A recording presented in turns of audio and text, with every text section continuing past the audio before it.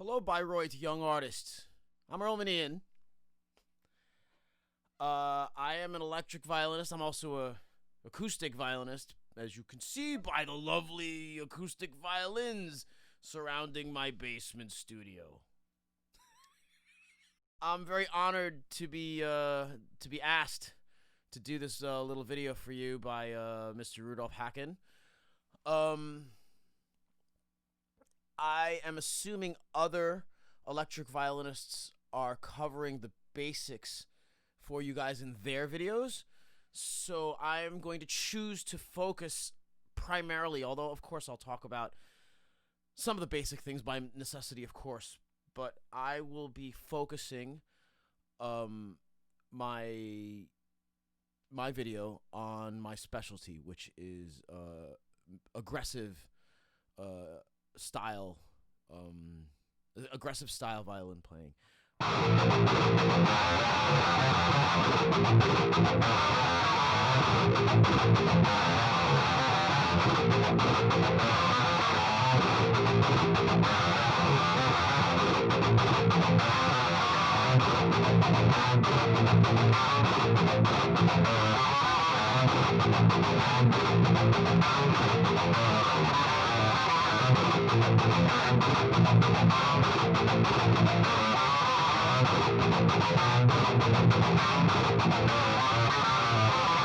Let's talk about bowing technique and the transitioning between acoustic violin playing and electric violin playing.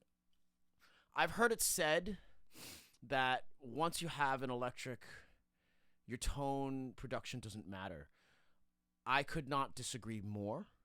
Um, I think your tone production, I think what is needed is different for sure, but it doesn't not matter. It absolutely matters. Let's take that riff, for example, the Yama riff.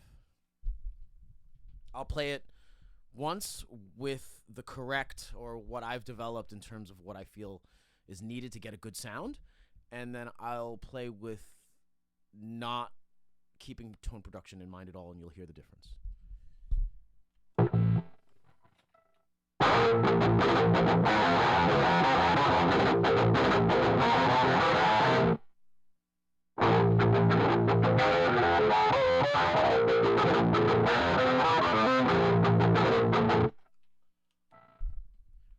So as you can see, so let's talk about the basics too. On this electric violin, I have 7 strings. 1, 2, 3, 4, 5, 6, 7. E, A, D, G, C, F, and then a low B flat. There. This B flat string is short and thick. Super short and super thick. So physics would tell you that it's slow to start and doesn't have much resonance, which is an interesting thing because up until the development of amp simulators, an amplifier truly expressing this vibration here, you really could not get a good sound necessarily from it because of physics. But now that I just dial the EQs into my amp simulator, suddenly I have a good sound. So I think one thing that I have become familiar with, and I think for those of you starting the journey into electric violins, one thing that I think is super important for you to start exploring is this idea of EQ. Part of the challenge of electrifying violins is that violins have a super complex sound and it's super harmonic.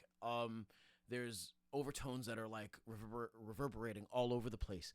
And what happens is when you plug it in and you end up mixing with other things like a cymbal crash, which has not a lot of partials, but they have they're pretty inharmonic, and they kind of tend to clash. So one of the biggest skills that we as violinists moving into the electric world can get is this skill set in EQing things, which is you're changing the volumes of the partials.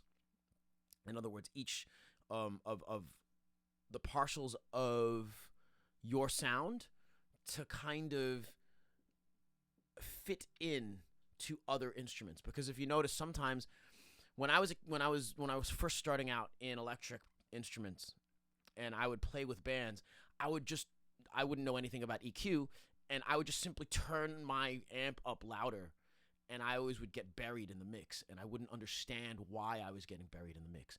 And the reason why I was getting buried in the mix is because my overtones would kind of mix with all of the other instruments in a very bad way, and they would kind of cancel each other out.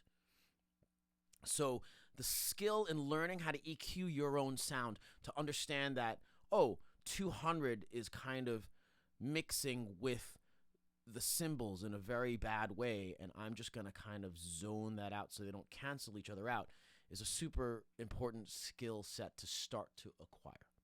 I think the one massive thing that I hope that students will take away from these sessions is that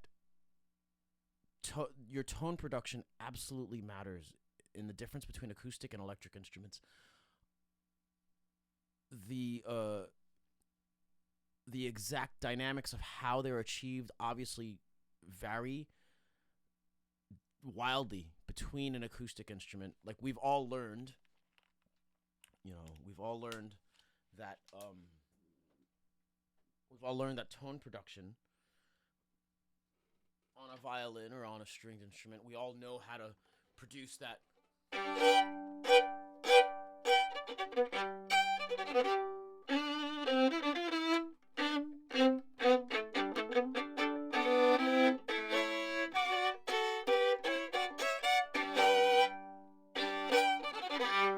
We all know how to produce that kind of stuff. And tone production actually absolutely matters on an electric instrument, but it's how we go about achieving it is very different. The last thing I'd like to talk about is soloing on an electric violin and how I particularly maybe do it. My style of soloing is very much related to sounding at times very much like a guitar. I try to kind of walk the tightrope of I still would like people to know that it's a violin when I'm playing, but I do tend to be very influenced by guitarists and that style of playing. So I'll show you a little bit.